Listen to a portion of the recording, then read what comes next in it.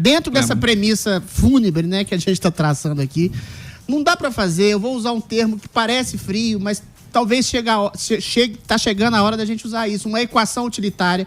Segundo a revista Lancet, cada ponto a mais de desemprego que o Brasil tem corresponde a 30 mil mortes por desespero, fome, miséria, angústia, depressão, por uma série, morte por desespero que os americanos chamam, né?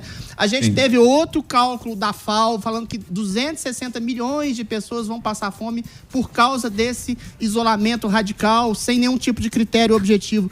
Não dá para ter um ponto de equilíbrio, de alguma forma mapear a doença, porque no Brasil, por exemplo, 80% dos municípios ainda não tiveram diagnóstico ainda de Covid-19.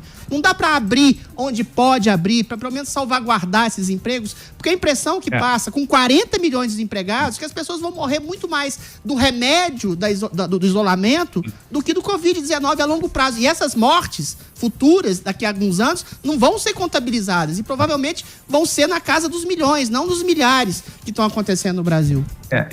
O que eu mencionei aqui, ele foi muito relacionado a Rio de Janeiro e São Paulo, que tem essa realidade de 90% de taxa de ocupação e é onde está concentrada mais de 60% da economia do país é Rio de Janeiro e São Paulo, em termos de PIB, atividade econômica, etc. e tal. Agora, por exemplo, a matriz da minha empresa no Brasil fica em Curitiba. Curitiba está aberta,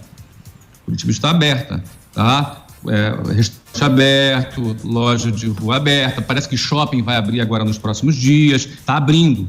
Agora, qual é a realidade de Curitiba? Você tem menos de 40 pessoas internadas nas UTIs e você tem mais de 900 vagas disponíveis, os hospitais estão vazios, não é? Essa é a realidade. Eu moro em Orlando, aqui em Orlando, apesar dos Estados Unidos ter mais de 90 mil mortos, realmente no momento é o epicentro dessa doença no mundo. Apesar disso, Orlando, nós temos aqui, nosso principal patrocinador na equipe é a maior rede de hospitais aqui, Orlando Health. Conversando com os diretores do Orlando Health, eles estão preocupados porque não tem o que fazer, o hospital está vazio. Até os doentes de outras doenças não estão mais indo, então eles não estão com dificuldade de pagar agora, não é? Estão tendo problema de receita, porque eles não têm nem doente de Covid, nem os outros doentes. Isso é um problema. Então, Orlando também está abrindo. A Disney já anunciou que vai começar já está começando a vender já hotéis e ingressos para o mês de junho. Por quê? Porque você tem a taxa de ocupação muito baixa. Agora, é óbvio que tem que analisar estado por estado, cidade por cidade. Você fechar cidades que você tem taxa de ocupação de UTI de 20%, 30% fechar é um absurdo, não é? Então eu concordo com você que tem que analisar cidade por cidade, estado por estado. O Brasil é um país muito grande, com realidades muito diferentes, a economia funciona de maneira diferente. Agora, Rio de Janeiro e São Paulo é esse local que, quando você tem mais de 90% de ocupação, a pergunta é o que fazer. Outro ponto, para responder a sua pergunta, você falou sobre uma postura mais utilitarista. Aí a gente entra numa questão um pouco moral e, de certa maneira, da cultura e o costume do país. Por exemplo, a Suécia, por exemplo, se eu não me engano, eu acho que eu não estou enganado, é um país que permite eutanásia, por exemplo, não é? Se eu não me engano.